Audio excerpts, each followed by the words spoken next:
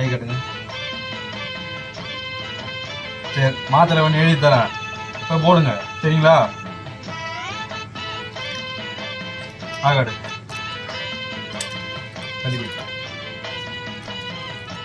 முழுங்க. ஓகேவா? இப்போ எப்படி இருக்க? ஒரே ஊசி மட்டும் போட்டுக்கிறீங்களா? காட்டுங்க.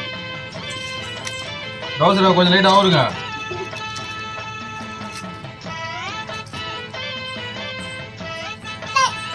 பொறிமாதான் ஊசியே போடலன்னு ஒன்றும். கை தூக்குங்க ஃபர்ஸ்ட். கை தூக்குங்க. கை கீழே இறக்கூடாது. ஏங்க சரிங்க. வலிக்குதாங்க?